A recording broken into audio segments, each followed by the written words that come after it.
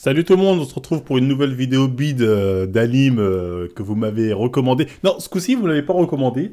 Je suis tombé dessus un peu au hasard, donc l'anime dont on va parler, c'est Orange. Donc, c'est un Lives of Romance manga, tranche de vie. Mais pourquoi j'ai décidé de regarder ça? Parce que il était dans la catégorie des bons mangas sur le délire où il y a un paradoxe temporel, ou en tout cas ça joue avec le délire remonté dans le temps, etc., etc. Donc comme moi ça c'est mon trip, c'est allez, je vais mater. Du coup j'ai maté Orange.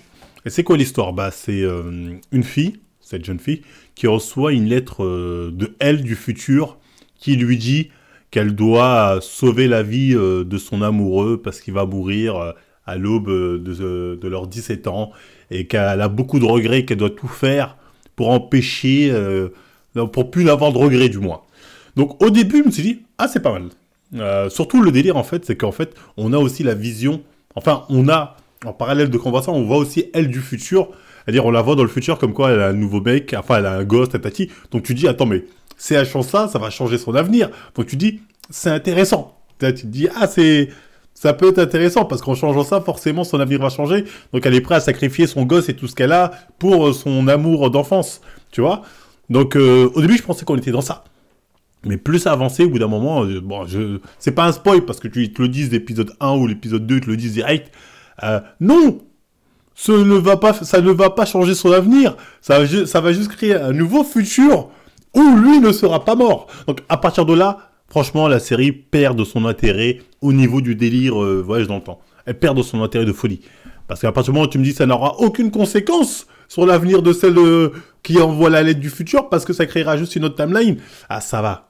Dire, bon, là déjà, le délire temporel perd son intérêt. Mais bref, la série en fait, elle se vend plus sur son fond. Et le fond, c'est plus une histoire, bon, une histoire d'amour. Mais vas-y, ça, c'est l'histoire d'amour d'un shoujo classique où t'as la meuf. Moi, ça m'énerve un peu parce que c'est vraiment les shoujo classiques où ils sont amoureux. Ils se font des signes, mais ils osent pas le dire. Ils se posent, oh, je sais pas s'il m'aime, mais pourtant il est tout le temps avec moi. Il me ramène ça, il me fait ci, mais peut-être qu'il m'aime pas. Tu vois, bref, c'est des trucs à la japonaise un peu bidon où ils sont au lycée, ils osent pas se tenir la main. C'est même quand ils sortent ensemble, un bisou sur la joue, ils se sentent plus. Au lycée, c'est la période où les gens c'est des bonobos au lycée. Quand on veut nous faire croire que la jeunesse japonaise, non, eux seraient timides, ils oseraient pas, ça c'est des conneries.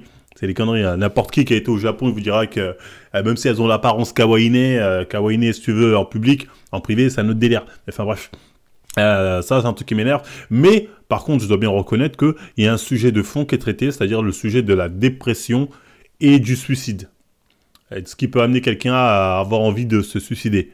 Ça, c'est assez bien traité, j'ai trouvé. Et je trouvais que c'était bien amené sur voilà, comment on peut en arriver là et comment l'entourage peut ou pas nous aider à sortir de genre de mauvais mood. Là-dessus, c'est assez bien traité. Donc moi, la série, si je devrais la vendre, ce serait plus là-dessus. Parce qu'au final, après, c'est un truc tranche de vie classique. On les voit faire ci, on les voit faire ça. Oh, lui, il est pas bien, faut essayer de savoir pourquoi il est pas bien. Un tel est amoureux d'un tel, mais en fait, ah oui, mais c'est amoureux de toi, mais j'ose pas te le dire. Ça, c'est des histoires un peu bidons comme ça. La plupart des persos, à part une, deux, trois, la meuf, les trois là, les autres, bon, sont anecdotiques. La série aurait pu se faire sans eux. Hein. Ils sont là juste pour dire, groupe d'amis. Mais je veux dire, ils servent à que dalle. Donc bref, c'est un truc qui est très shoujo. Très ouais, bah c'est un shoujo, tu me diras. Donc les meufs vont certainement kiffer le thème, peut-être même la façon dont ça a abordé les histoires d'amour. Mais moi, bon, j'ai regardé quand même jusqu'au bout comme ça. L'histoire de fond, comme je dis, le thème du suicide est bien. Hein. Ça reste intéressant, tu vois, c'est bien traité, c'est touchant. Mais voilà, c'est pas un truc de ouf. Je vous conseille de regarder ça si vraiment, voilà, un jour vous faites chier, vous dites, bon, j'ai envie de voir comment ils vont aborder ce thème-là. C'est plutôt pas mal fait. Voilà, t'as envie de savoir du pourquoi, du comment, on peut en arriver là, qu'est-ce qui s'est passé en vrai. Mais ça s'arrête là. Hein. Ça s'arrête là. La série, elle s'appelle Orange, parce qu'à un moment, le mec, il lui dit qu'est-ce que tu veux boire? La meuf, elle lui dit un jus d'orange. Après, elle fait oh, je vais te chercher ton jus d'orange. Bon, pourquoi pas. Mais voilà, ça va pas plus loin et tout le délire, remonter dans le temps, tout ça. C'est un prétexte, en fait, parce qu'au final, ça amène rien, parce que ça change rien à ce qui va se passer, en tout cas à l'avenir qu'on voit à la première timeline. Ça change rien.